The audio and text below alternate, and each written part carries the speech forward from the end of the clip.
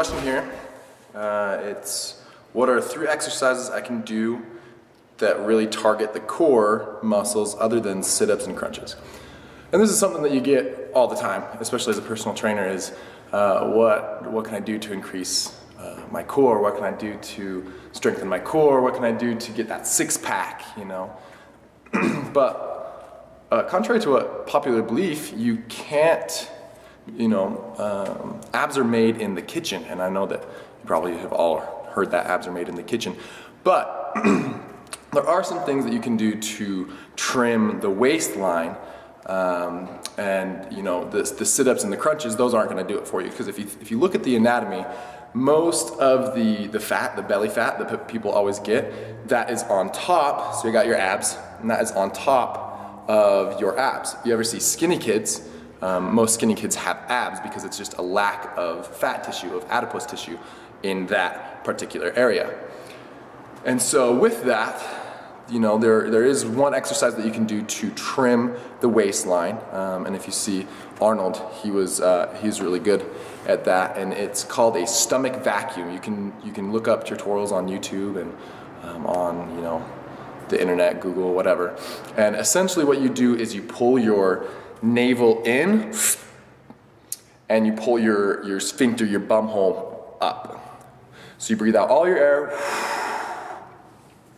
and then pull in. I'll come over here, maybe be able to show you guys a little bit. So you breathe out,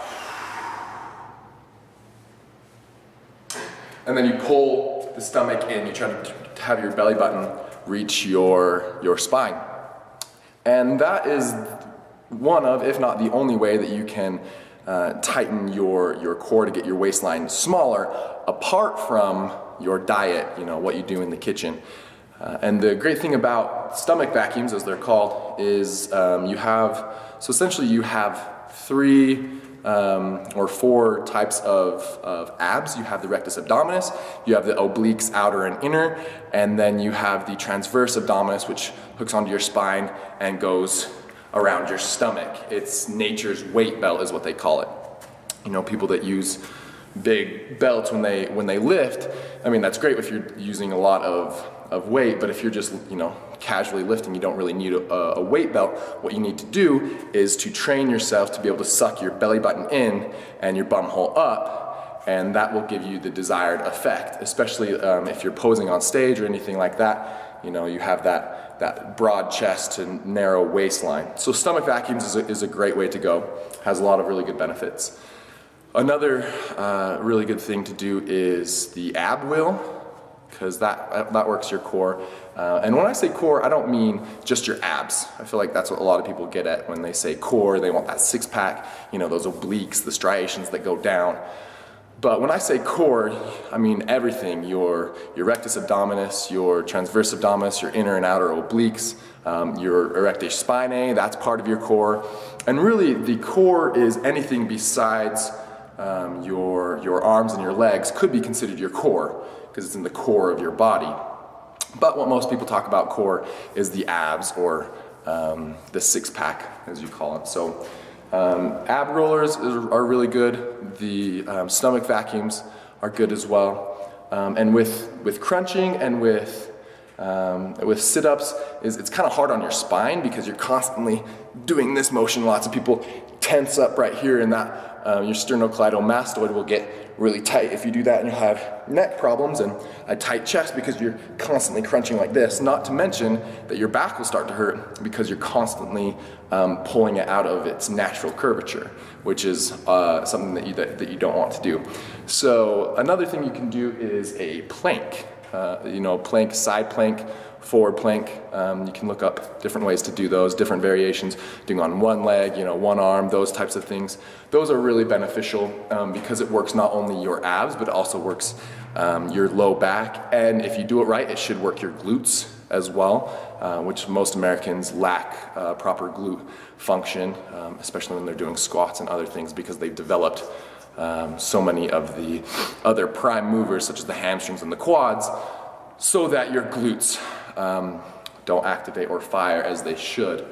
Another, I would say, I really like, I used to love hanging on the bar and doing toe touches or knee ups, or sitting in a captain's chair. I used to sit in captain's chairs for days and do knee raises. But what that does is, it works the rectus abdominis a decent amount. But what it also does is it works the psoas. And with the psoas, it's a muscle that hooks onto your low back, and then it goes through the hip joint and attaches onto the femur. And with that, here, I'll bend this down. So it hooks from the low back, and it goes through here, and it hooks onto the femur. And what it does is it raises the leg. It's one of the muscles that raise the leg. So if you think about it, when you're doing hangs, and you're constantly raising that, you're working a little bit of the abs because it has to stabilize you, but you're also working that psoas, which a lot of people don't need to work because they sit at a desk all day with their knees in that constant, upward position. So they already have a tight psoas to begin with. So that's it. You got for, 3. There's obviously more. I can't cover all of them. You have the stomach vacuums to trim that waistline. You have the ab roller, works the low back and the core, but make sure that you're doing it right. Watch a few tutorials on it. And then you have the planks, because that kind of gets all around, and glute activation as well. It works that core. So hey, thanks for the question, and check you guys next time.